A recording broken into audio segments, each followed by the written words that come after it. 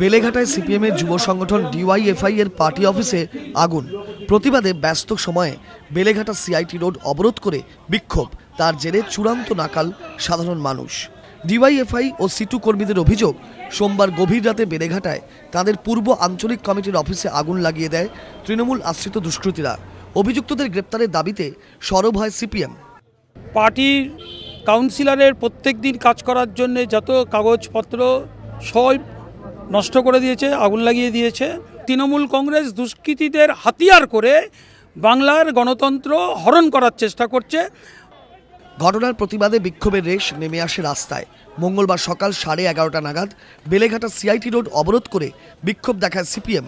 এর জেরে রাস্তায় তীব্র যানজটের সৃষ্টি হয়।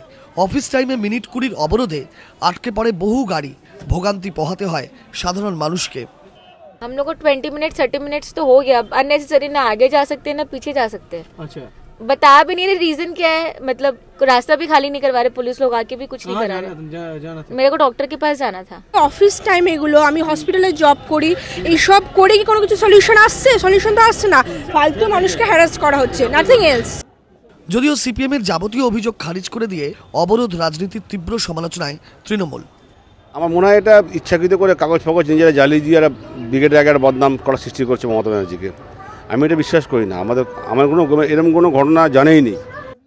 পুলিশ জানিয়েছে পুরো ঘটনার তদন্ত শুরু হয়েছে। অভিযুক্তদের খোঁজে শুরু হয়েছে তল্লাশি। আশ্বাসের পর বেলা 11:15 নাগাদ অবরোধ উঠে যায়।